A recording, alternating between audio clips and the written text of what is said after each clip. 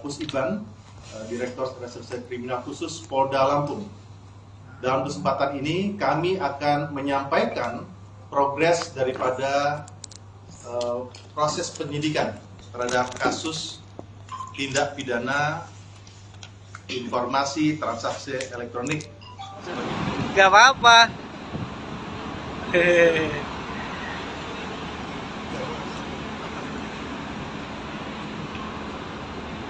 Abangnya.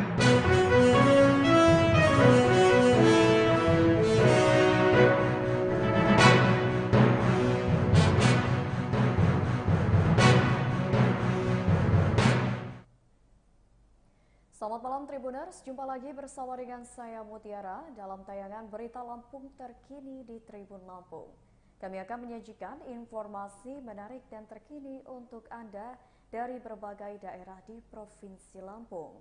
Dan inilah Berita Lampung terkini selengkapnya. Polda Lampung akhirnya hentikan penyelidikan kasus TikTokers Bima. Ditreskrimsus Polda Lampung menghentikan proses penyelidikan terhadap TikToker Bima Yudo Saputro pada Selasa 18 April 2023. Direskrimsus Polda Lampung Kombes Pol Doni Arif Praptomo mengatakan tidak terdapat unsur pidana terhadap laporan yang dilayangkan terhadap pemilik akun TikTok Aubimax Reborn tersebut. Sebelumnya, Bima Yudo Saputro dilaporkan atas kasus dugaan ujaran kebencian di dalam unggahan kontennya di TikTok yang mengkritik pembangunan di Lampung. Laporan tersebut dilayangkan oleh pengacara Ginda Ansori atas dugaan ajaran kebencian atas ucapan Dajjal yang diucapkan Bima dalam konten TikToknya. Kombes Pol Doni saat ekspose di Mapolda Lampung mengatakan, setelah dilakukan pemeriksaan terhadap sejumlah saksi, polisi menyimpulkan perkara yang dilaporkan oleh pelapor bernama Ansori bukan merupakan tindak pidana. Ia mengatakan kata Dajjal yang diucapkan pemilik akun Aubimax Reborn tersebut merupakan kata benda yang tidak merujuk pada suku, agama, ras, atau golongan tertentu. Kombes Pol Doni melanjutkan pihaknya juga tidak menemukan kalimat lain yang dapat menimbulkan rasa benci ataupun permusuhan. Maka dari itu, laporan tersebut tidak memenuhi unsur pasal 28 ayat 2 JO, pasal 45A ayat 2 Undang-Undang Republik Indonesia nomor 19 tahun 2019 tentang informasi dan transaksi elektronik. Sehingga atas dasar tersebutlah penyelidikan kasus Bima pun dihentikan. Ia juga mengatakan penghentian penyelidikan dilakukan setelah pihaknya melakukan pemeriksaan terhadap sejumlah saksi. Adapun jumlah saksi yang diperiksa ada 6 orang, terdiri dari 2 orang saksi ahli pidana, 1 saksi ahli bahasa, dan juga saksi dari pelapor serta 2 masyarakat.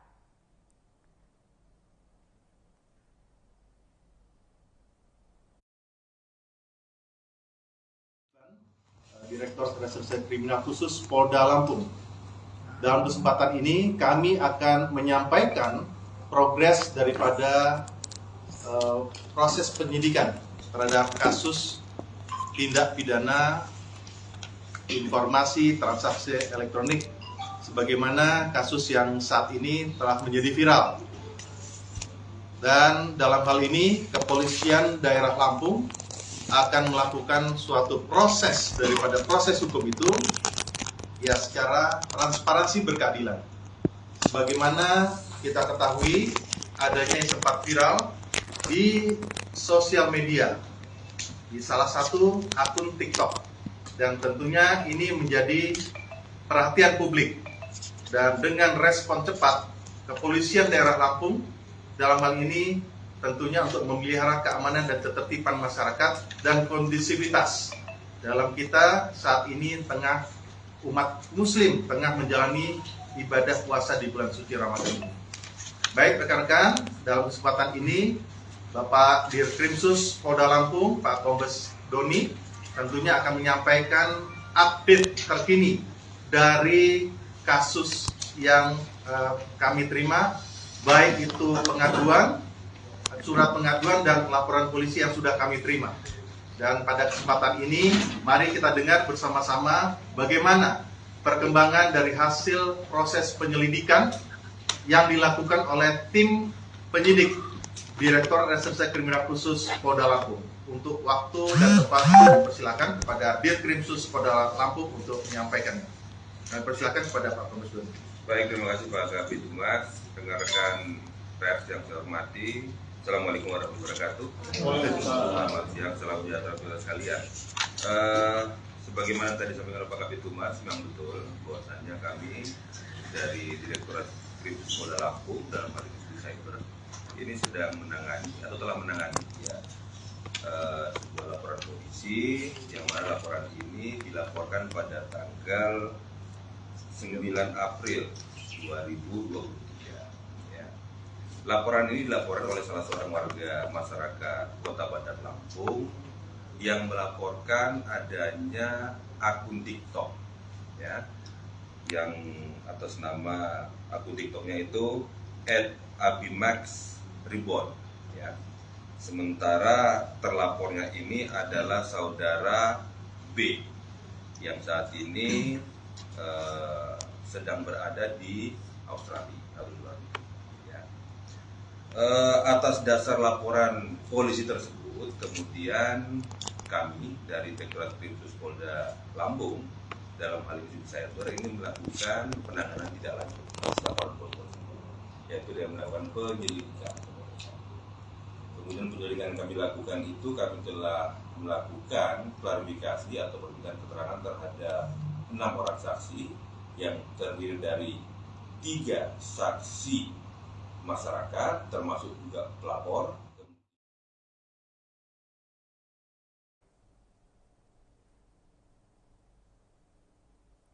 10 tahun tak mudik lebaran, tangis petugas pelayanan Pelabuhan Bakauheni pun pecah. Tangis Andre, seorang petugas pelayanan di Dermaga 2 Pelabuhan Penyeberangan Bakauheni, Lampung Selatan pecah ketika menyaksikan pemudik berbondong-bondong tiba di pelabuhan. Air mata Andre tidak tertahan karena dirinya sedih tidak bisa melakukan mudik lebaran seperti orang-orang pada umumnya. Tak terasa, 10 tahun sudah Andre tak merasakan kumpul bersama dengan keluarga pada momentum lebaran lantaran pekerjaan yang ia lakoni. Andre hanya bisa bersabar sembari terisak menahan air matanya. Menurut Andre, ini sudah menjadi konsekuensinya sebagai petugas pelayanan dermaga. Ia mengatakan pada Selasa 18 April 2023, semenjak kerja, ia tidak pernah lagi merasakan lebaran kumpul bersama keluarga, terutama orang tuanya. Andre tak banyak berharap, ia hanya berdoa kedua orang tuanya yang sudah lanjut usia selalu dalam kondisi sehat. Ia mengaku selama 10 tahun belakangan hanya bisa merayakan lebaran bersama keluarga kecilnya, yakni istri dan kedua anaknya yang tinggal di Bakauheni, Lampung Selatan. Terkadang jika ingin mengobati rasa rindu dengan orang tua di kampung halaman, pria asal Majalengka, Jawa Barat ini sesekali melakukan panggilan video atau video call untuk sekedar menanyakan kabar. Berikut wawancara langsung dengan Andre.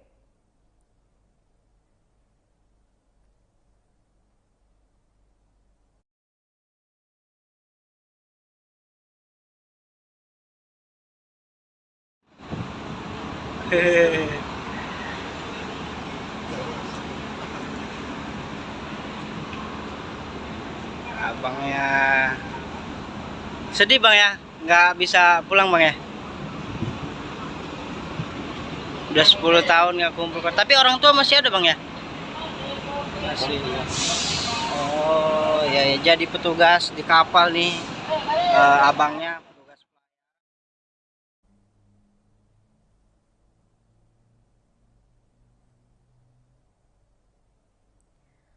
Polda musnahkan ratusan kilogram barang bukti narkoba mulai dari ganja hingga sabu. Polda Lampung memusnahkan barang bukti ratusan kilogram narkoba di lapangan hitam Mapolda Lampung pada Senin 17 April 2023. Adapun sejumlah barang bukti yang dimusnahkan diantaranya narkoba seberat 91,3 kg, ganja dan 168,2 kg sabu. Lalu 5.083 butir pil ekstasi, 995 butir pil eksimer, serta ribuan botol minuman keras. Dalam kegiatan pemusnahan tersebut turut dihadiri beberapa pihak terkait, di antaranya Kejaksaan Negeri Bandar Lampung, Dinas Kesehatan, TNI AL, serta lainnya. Kapolda Lampung Irjen Pol Helmi Santika mengatakan, pemusnahan barang bukti ini merupakan hasil pengungkapan kasus narkotika oleh Ditres Narkotika Polda Lampung beserta jajaran. Menurut Kapolda, pemusnahan barang bukti ini merupakan hasil pengungkapan kasus narkotika selama periode Januari hingga April 2023. Irjen Pol Helmi melanjutkan ratusan kilo barang bukti tersebut merupakan hasil pengungkapan dari 22 kasus yang ada di Provinsi Lampung.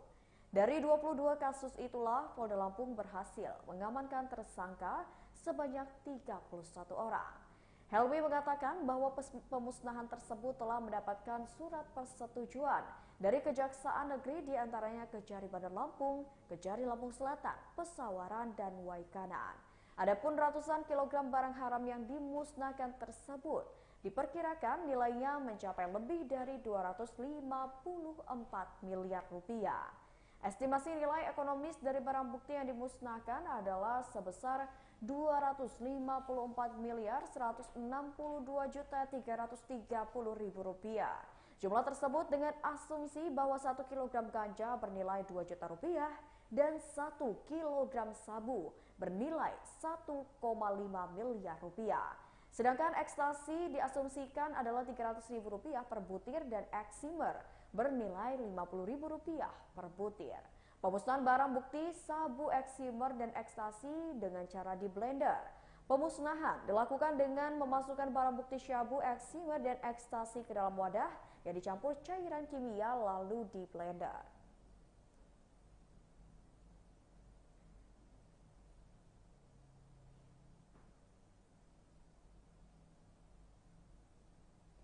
Penumpang di Bandara Raden Inten II Lampung terpantau masih sepi. Arus mudik penumpang di Bandara Raden Inten II Lampung terpantau masih sepi pada Selasa 18 April 2023 siang. Berdasarkan pantauan Tribun Lampung di Bandara Raden Inten II, penumpang yang berada di area tunggu kedatangan maupun keberangkatan masih terpantau sepi. Terlihat hanya beberapa penumpang yang berada di bagian keberangkatan dan di bagian kedatangan Bandara Raden Inten II Lampung. Asisten Manajer Operation dan Service Bandara Raden Inten II, Latif Nur Sasongko, mengatakan, pada H-4 Lebaran saat ini belum terpantau kenaikan lonjakan jumlah penumpang pada siang hari. Ia mengatakan pergerakan penumpang diperkirakan akan terjadi pada H-3 Lebaran esok. Latif juga mengatakan terjadi lonjakan pergerakan pesawat yang lebih banyak beberapa hari sebelum Lebaran dibandingkan dengan tahun sebelumnya. Menurutnya tahun 2022 realisasi pergerakan pesawat pada H-5 Lebaran ada 16 pesawat, sedangkan pada tahun 2023 ini H-5 Lebaran kemarin realisasinya ada 20 pergerakan pesawat. Ia menuturkan pada H-4 Lebaran tahun ini diperkirakan ada kenaikan realisasi pergerakan pesawat dibandingkan dengan tahun sebelumnya. Diperkirakan, kata Latif, ada 18 pesawat yang hari ini melakukan pergerakan di bandara. Selain itu, Latif juga mengatakan pihaknya bekerja sama dengan Dinas Koperasi Kabupaten Lampung Selatan untuk menggelar bazar produk UMKM di Bandara Raden Inten II. Sehingga di tempat tunggu bandara terdapat bazar UMKM Ramadan yang menjual berbagai oleh-oleh khas Lampung, mulai dari kopi bubuk, peci, tas, keripik, dan lain sebagainya.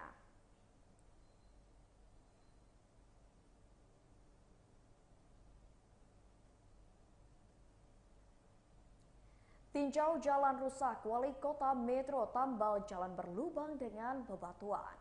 Wali Kota Metro bersama dengan Forkopimda meninjau beberapa kondisi titik ruas jalan yang rusak di kota setempat. Wali Kota Metro Wahdi mengungkapkan ada 3 titik ruas jalan yang akan dilakukan tindakan penanganan darurat. Hal itu dilakukan sambil menunggu perbaikan dengan melakukan penambalan jalan berlubang dengan bebatuan. Wali Kota Wahdi pada Senin 17 April 2023 mengatakan pemerintah Provinsi Lampung sudah menganggarkan untuk Jalan Budi Utomo dalam menyelesaikan beberapa lanjutan sampai perbatasan Lampung Timur yaitu jembatan.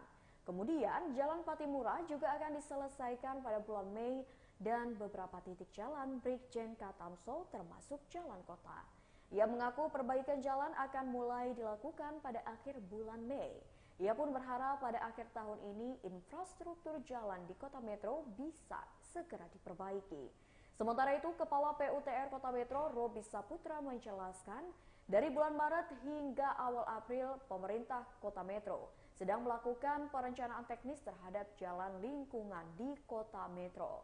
Pendanaan dilanjutkan dengan tindakan fisik yang dimulai pada bulan Mei depan.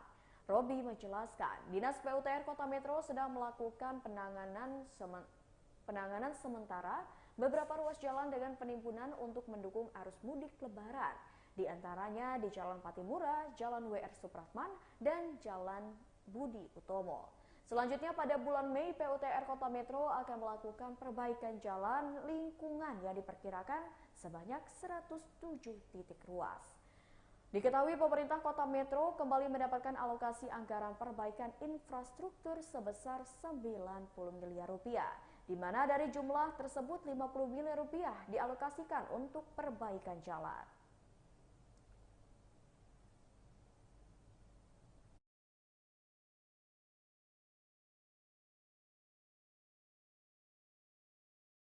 Memantau, pelajari, melakukan analisa evaluasi beberapa ruas jalan yang ada di Metro, beberapa juga ruas jalan provinsi. Insya Allah saya sampaikan kepada masyarakat, provinsi sudah menganggarkan untuk Jalan Budi Utomo menyelesaikan beberapa lanjutan sampai perbatasan Lampung Timur jembatan itu. Kemudian untuk Patimura juga akan diselesaikan. Insya Allah, mudah-mudahan doanya masyarakat. Untuk yang punya moda, insya Allah kita akan selesaikan semuanya.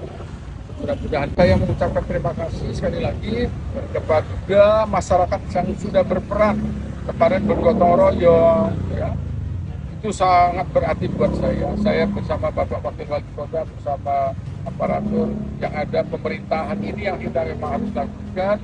Tentu juga saya mohon maaf, tentu ada ketidaknyamanan ya untuk para pengendara. Saya berharap tidak ada sesuatu yang terjadi karena itu tanggung jawab.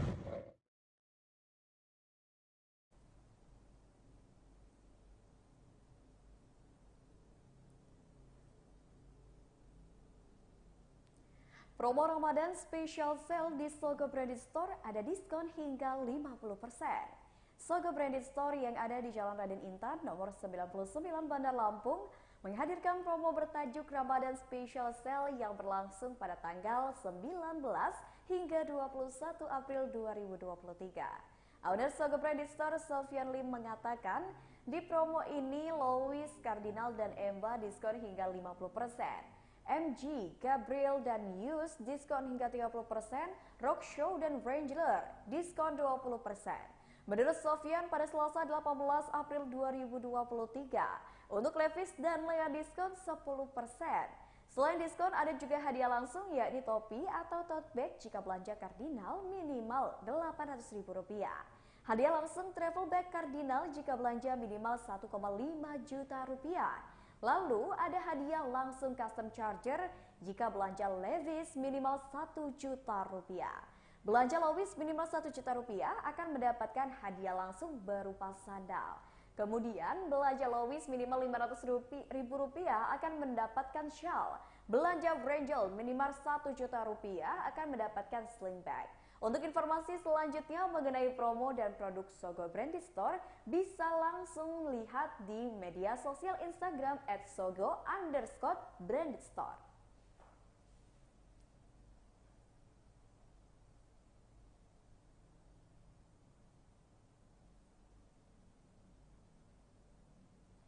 Baiklah Tribuners, itulah berita Lampung terkini bersama dengan saya Mutiara.